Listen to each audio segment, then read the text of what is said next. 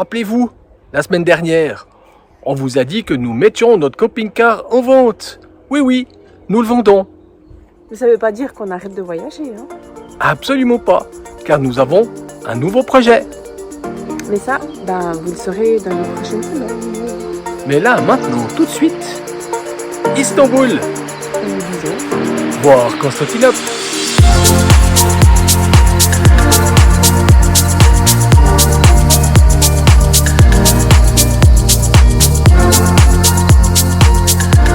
C'est quoi? Ah ouais, dis donc. C'est pas dans squelette. Tu m'as dit que nous étions à... Notting Hill? Non, c'est pas ça. on est à Istanbul. On est à Istanbul. La mer Acha. Ici, on est au pays des Pachas.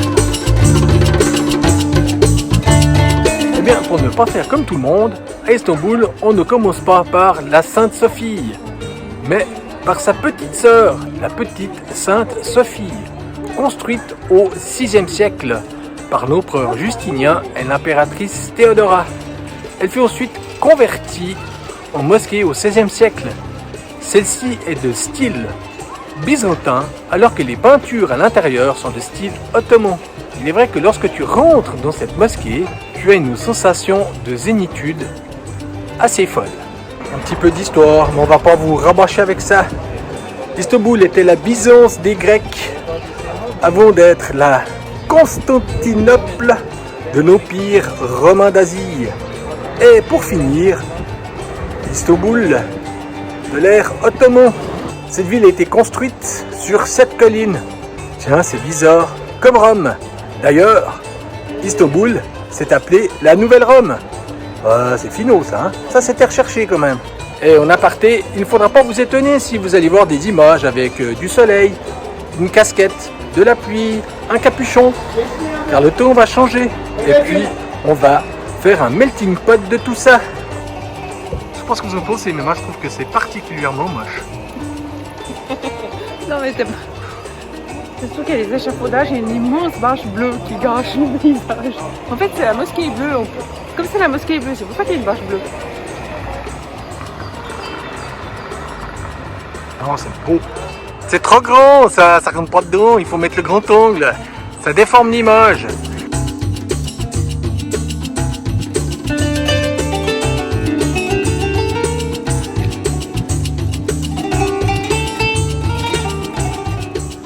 Vous voulez aller voir des images de la mosquée bleue?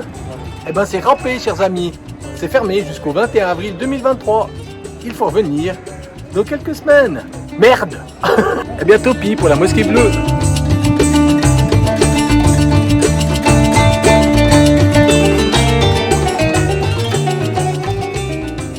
Alors ça c'est la mosquée bleue, mais alors c'est quoi? Non mais elle est magnifique, hein.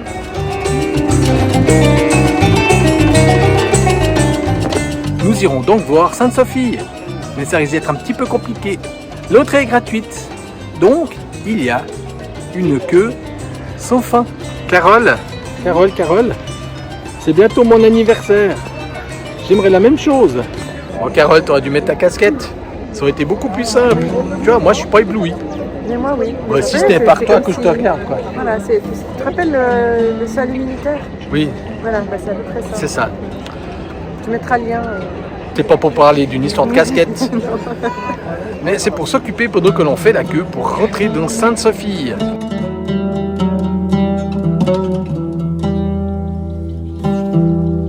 C'est grandiose. Alors on sait, grâce au guide, que sur ces médaillons de 7,50 m sont inscrits le nom d'Allah, du prophète Mahomet et de 4 califes. Ces lustres, on a l'impression qu'ils sont suspendus en l'air.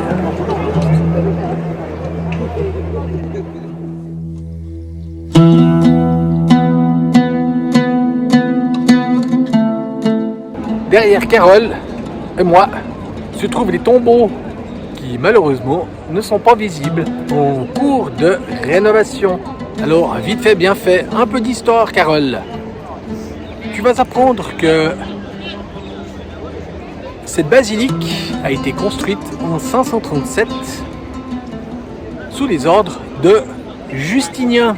10 000 ouvriers pour la construire, sous les ordres d'une centaine de chefs de chantier. 2 ans après, la coupole s'effondra. Donc, l'architecte en charge des travaux, enfin l'un des architectes car ils étaient 2, dut reprendre ses études. Et ils construisirent des renforts qui alourdissent bien sûr la structure de celle-ci, depuis l'extérieur. Car vous conviendrez que de l'intérieur, c'est juste ignien. Quel jeu de mots magnifique. Ils l'ont construite en Ils l'ont construite en 5 ans, 10 mois et 10 jours. Sainte-Sophie culmine à 56 mètres de hauteur. Celle-ci à la base une basilique. Semble-t-il que 5 années d'impôts en Égypte furent nécessaires pour construire la chaire. Rien n'était trop beau pour cette basilique. S'appelle Sainte Sagesse ou Hagia Sophia. Et pour finir, le 29 mai 1453, Mehmet II, le conquérant, oui, celui qui conquit Constantinople, y effectua la première prière. Et la basilique fut donc transformée en mosquée. Vous pouvez voir encore des restes, si je peux dire ça comme ça, de la basilique, soit Jésus-Christ et la Vierge. D'ailleurs, à chaque fois qu'a lieu la prière, ces œuvres d'art sont cachées par des rideaux. En 1934, pour finir, en 1934, Atatürk, et en 2020, soit 86 ans plus tard, le président actuel décida de la rendre à l'islam. On peut dire ça comme ça ? Je pense, oui. Et c'est donc à nouveau une mosquée. Mais vous pouvez la visiter. Et ce qui est remarquable, gratuitement. Carole, je suis fatigué, il faut qu'on rentre. Ouais. On vient de faire une rue. Déjà 2 quarts de visite pour aller manger.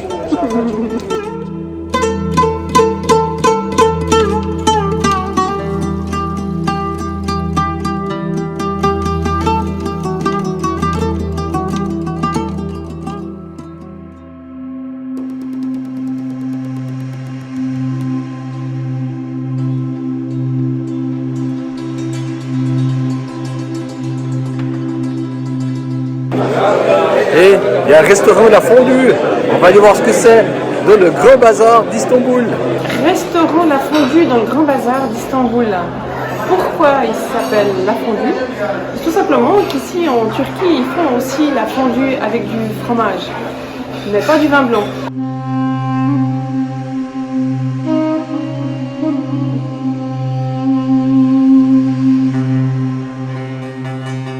Alors chez nous, occidentaux, les cathédrales en imposent. Et ben je trouve que ces mosquées, elles ont quand même quelque chose qui se dégage aussi. Et oui, nous avons eu notre période château, notre période église et cathédrale, notre période monastère, notre période ruine, et maintenant c'est la période mosquée. Cette mosquée a été construite par Soliman le Magnifique entre 1550 et 1557. Carole, un petit vol en montgolfière.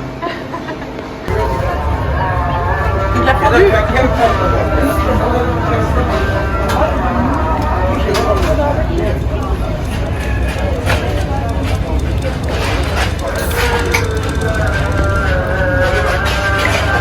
C'est sucré mais il y a du fromage. Après le bazar, ou le grand bazar, pardon, le bazar égyptien.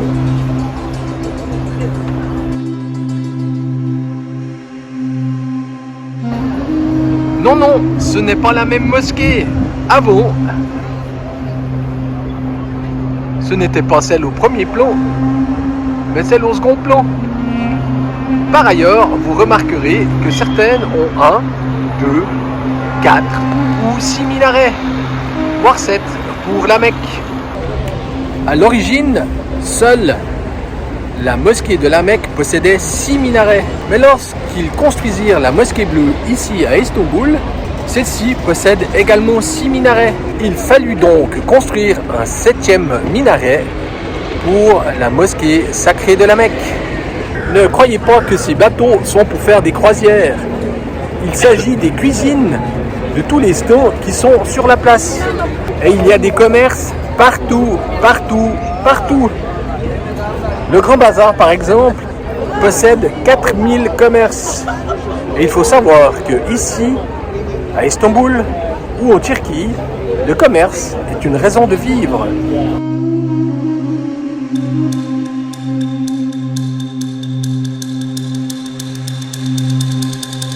Et voilà le bazar égyptien. Contrairement au Grand Bazar, où tu trouves de tout et de rien, au bazar égyptien, tu trouveras plutôt des épices, des baklamas, des bonbons, des trucs qui sont vachement bons.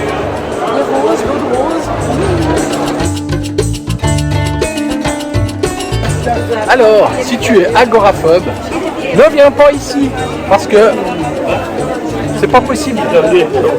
Si tu veux acheter des Adidas, Balenciaga, Louis Vuitton, tu peux venir là. Mais je suis pas sûr qu'à la bonne ça se passe bien. Alors, excusez-nous, mais on filme de loin parce qu'on est pressé. Carole a rendez-vous chez le dentiste. Ah ouais. Après Svolvær, Istanbul. J'ai pas de chance, hein. On va aller voir ça. On va aller voir quoi? Le dentiste. Ne rigolez pas, hein, mais je dois avoir une tête de turc. Parce que les gens ils m'abordent et ils me parlent en turc. Moi je suis là. Le palais englouti ou le Yerabatin Sarayeux comme l'appellent les Turcs. Autrement dit, la citerne basilique. C'est l'un des monuments byzantins les plus étranges. Une citerne, capacité de 78 000 m3. Sa longueur 140 mètres sur 70 de large et 8 mètres de haut. Et oui, comme son nom l'indique, c'était une citerne afin d'emmagasiner de l'eau pour alimenter le palais. Celui-ci a été construit toujours grâce à l'empereur Justinien en 542 par 7000 esclaves. C'est quand même vachement étonnant de voir toute cette alignée de piliers. La citerne basilique compte 336 colonnes réparties en 12 rangées de 28. C'est assez fascinant. Cette citerne basilique a été oubliée du temps des Ottomans. C'est en 1545 qu'elle fut à nouveau découverte et elle servit à ce moment-là à alimenter le palais de Topkapı.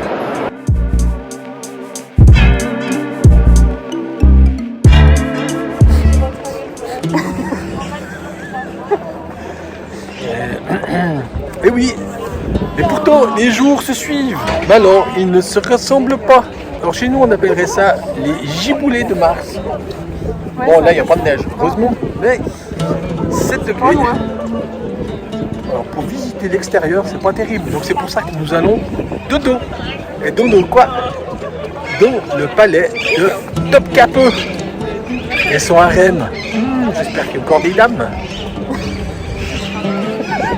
Vous êtes ici. On va voir quoi alors? N'ayant pas fait de commentaires particuliers lors de la visite du palais de Topkapı, je le fais maintenant.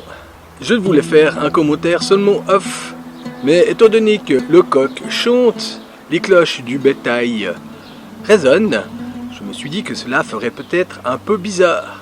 Donc, nous voilà avec un ton qui a changé. Mais passons maintenant au palais de Topkapı, autrement dit la porte du canon. Celui-ci fut le palais des sultans du 15e au 19e siècle. Il débuta par le règne de Mehmed II et finit par celui de Mahmoud II. Ce palais était gardé par les janissaires. Il s'agissait de jeunes chrétiens kidnappés et convertis par obligation à l'islam. Certains de ceux-ci ont même pu devenir de grands vizirs. Ils atteignirent même le nombre de 140 000 hommes. Et le corps devenant trop important, Mahmoud II décida de les exterminer.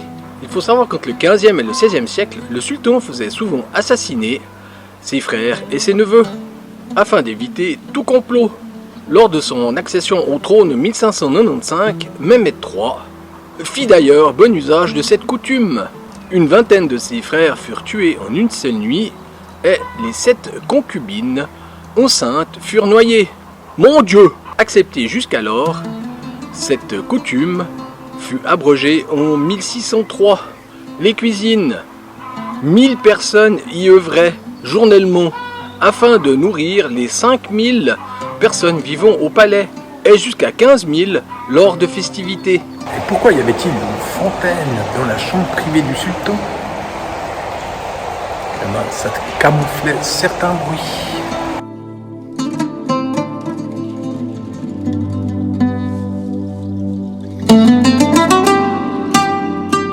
Lors de cette visite, nous avons pu voir les reliques précieuses à l'islam, notamment les poils de barbe de Mahomet, le bâton de Moïse qui lui permit d'ouvrir la mer Rouge, ainsi que le sabre ou l'épée de Mehmet II. Et le harem, allez-vous me dire, on y vient ou pas? Celui-ci fut créé par la deuxième favorite de Soliman le Magnifique. Il se composait de près de 300 pièces, mais nous n'avons pu en visiter qu'une vingtaine, dont notamment les bains. Il n'y avait que 46 toilettes. Outre la mère du sultan et ses 4 épouses, bon nombre de concubines y vivaient également. Voilà, nous en avons fini avec la visite du palais de Topkapı.